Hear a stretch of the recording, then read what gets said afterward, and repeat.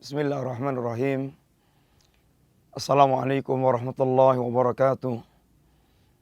Innal hamdalillah wassalatu wassalamu ala Rasulillah wa ala alihi wa ashabihi wa mawalah. Wala haula wala quwata illa billah, amma ba'd. Alhamdulillah, para pemirsa yang rahmati Allah Subhanahu wa taala. Kembali kita berjumpa dalam kajian silsilah Aqidah Ahlussunnah wal Jamaah, Aqidah Islam, Aqidah warisan Rasulullah SAW, Aqidah Al-Firqah Najiyah. Kita insyaallah masih melanjutkan pembicaraan tentang syurutu la ilaha illallah, syarat-syarat kalimat la ilaha illallah, agar kalimat yang kita ucapkan menjadi kalimat yang bermanfaat kelak ketika kita menghadap Allah Subhanahu wa taala, dan agar menjadi miftahul jannah, menjadi kunci surga. Karena tanpa dipenuhinya syarat-syarat tersebut, maka tidak akan kalimat ini menjadi miftahul jannah. Sebagaimana para ulama telah mengungkapkan tentang hal yang demikian.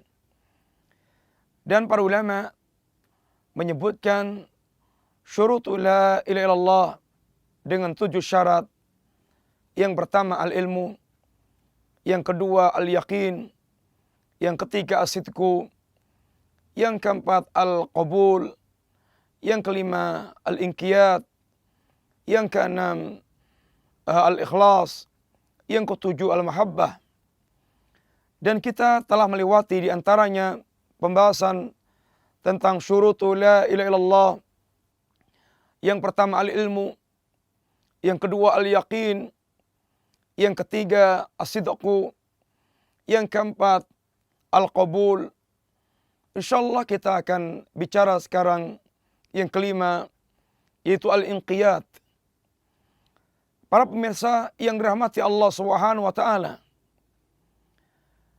seorang yang telah mengucapkan kalimat la ilaha illallah dan telah menerima kalimat tersebut dengan hati yang legowo, dengan penerimaan yang sepenuhnya. Dan manusia dalam hal ini, sebagaimana Nabi SAW terangkan, ada beberapa model manusia dalam mensikapi kalimat la ilaha illallah. Nabi katakan, innama mathalu ma ba'athani Allahu bihi minal huda wal ilmi kamathali ghaithin al-kathir. Dalam hadis yang riwayatkan Imam Bukhari, Nabi mengatakan, sesungguhnya perumpamaan tentang kebenaran, petunjuk dan ilmu yang aku bawa seperti perumpamaan air hujan yang banyak. Asaba ardan, yang menimpa tanah. Kalimat ini Nabi ingin menjelaskan perumpamaan tentang kebenaran seperti air hujan, dan perumpamaan yang menerima kebenaran seperti tanah. Dan kondisi tanah dalam menerima air hujan ini ada 3 keadaan seperti yang diterangkan Rasulullah SAW. Yang pertama kata Nabi, fakanat minha nakiyatun qabilatil ma wa ambatatil kala wal usbal kathir. Yang pertama adalah tanah yang subur, yang dia bisa menerima air yang datang, dia terima, dia serap, dia simpan, kemudian bahkan menumbuhkan tetumbuhan dan rerumputan yang banyak. Ini adalah tamsilnya orang-orang semisal para ulama. Ketika mereka mendapatkan wahyu, mendapatkan ini risalah, ilmu risalah, mereka akal dan hatinya bisa menerima, dan bukan sekedar menerima, akan tapi bisa mengeluarkan berbagai macam istimbat hukum, sehingga bisa mendapatkan banyak faedah dari risalah yang didapatkannya. Ini para ulama. Kelompok yang kedua, wa kanat minha ajadib. Di antara mereka pun ada tanah yang tandus. Akan tapi tanah yang tandus ini amsakatil ma, dia tanah yang bisa menampung air. Wa nafa'allah biha annas. Wa nafa'allahu biha annas. Dan Allah pun menjadikan tampungan air tersebut bermanfaat bagi manusia. Fasharibu, washarabu, wasaqau, wazara'u.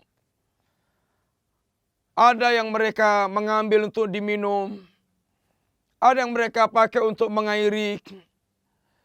Ini untuk meminumi ternaknya. Ada yang mereka pakai untuk mengairi sawah ladangnya. Sehingga orang bisa mendapatkan manfaat. Ini kelompok yang derajatnya di bawah para ulama, yang masih mereka bisa menampung, menghafalkan, memiliki ilmunya, walaupun tidak sekelas para ulama, akan tapi dengan itu dia bermanfaat bagi orang lain. Kelompok yang ketiga yang paling buruk, wa kanat minha wa asabat minha taifatan ukhra. Dan kelompok lain yang menerima kebenaran tersebut adalah wayaqi'an, yaitu qi'an. Ma tumsikul ma wala tumbitul kala, tidak menampung air, tidak pula bisa menumbuhkan tumbuhan, sehingga betul-betul tandus dan tidak menampung, hanya untuk lewat. Kelompok ini kelompok yang terburuk. Maka Nabi katakan, dzalika mathalu man faqwa fi dinillah, man faqiha fi dinillah, fa'alima wa 'allama. Inilah perumpamaan orang yang mereka memahami agama Allah. Dia pun berilmu dan dia pun mengajar. Ini perumpamaan kelompok yang pertama dan kelompok yang kedua. Dengan perbedaan tingkatan antara keduanya. Mereka Allah berikan kefakihan agama. Mereka Allah berikan kemampuan untuk mengajar. Mereka Allah berikan kemampuan untuk mereka berilmu dan mengajar.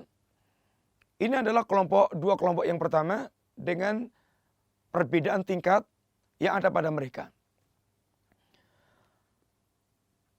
Wa man lam yarfa ra'san, dan orang yang mereka tidak mengangkat kepalanya. Ini orang yang sombong.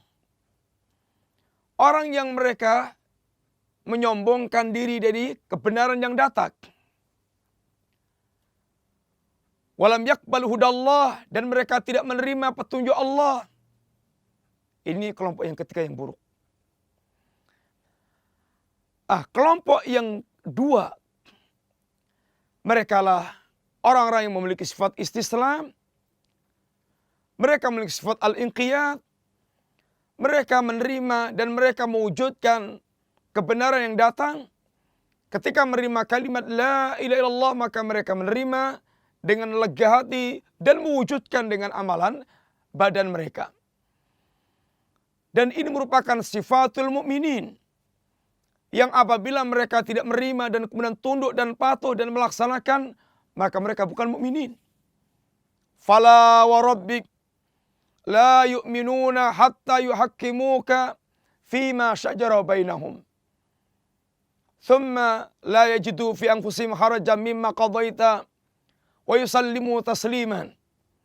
Demi Allah Rabbmu, tidaklah mereka dikatakan beriman hingga yang pertama mereka memiliki kesanggupan untuk bertahkim terhadap Rasulullah sallallahu alaihi wasallam. Yang kedua, tidak didapatkan di hati mereka perasaan berat untuk menerimanya. Yang ketiga, mereka tunduk patuh setunduk-tunduknya, sepatuh-patuhnya. Al-inqiyad wal istislam. Dan inilah pemilik agama yang terbaik, kata Allah SWT. Wa man ahsanu dinan mimman aslama wajhahu ilallah wa huwa muhsinun. Siapakah yang lebih baik agamanya dibandingkan dengan orang yang mereka tunduk, patuh, pasrah kepada Allah. Dan mereka orang yang ikhlas, muhsin dalam beragama. Orang mewujudkan keikhlasan jiwa dan ketundukan dalam beragama. Dan Allah katakan pula, wa may yuslim wajhahu ila Allah wa huwa muhsinun faqad istamsaka bil urwatil wusqa. Barang siapa yang dia menyerahkan dirinya kepada Allah, dia tunduk, dia patuh, dan dia pun berbuat ihsan, maka ini telah memegangi al-urwatul wusqa, kalimat la ilaha illallah. Dia tunduk, dia patuh, dia wujudkan apa yang Allah kehendaki, maka ini orang yang betul telah memegangi kalimat la ilaha illallah. Para pemirsa yang rahmati Allah, oleh karena itulah bagaimana Allah Subhanahu wa taala menuntut kita agar betul-betul kita menjadi seorang yang tunduk dan patuh kepada kebenaran yang datang kepada kita. Kita menerima kalimat la ilaha illallah dan wajib kita tunduk pula dengan semua yang terkandung dalam kalimat la ilaha illallah. Sehingga tidak pantas, kata Allah, seorang yang mereka mengaku mukmin, akan tapi ketika telah datang tuntutan iman, dia tidak ada ketundukan dan kepatuhan, justru dia mengikuti dan memilih keinginan hawa nafsunya. Wa ma kana lil mu'minin wala mu'minatin idza qadallahu wa rasuluhu amran ay yakuna lahumul khiyaratu min amrihim.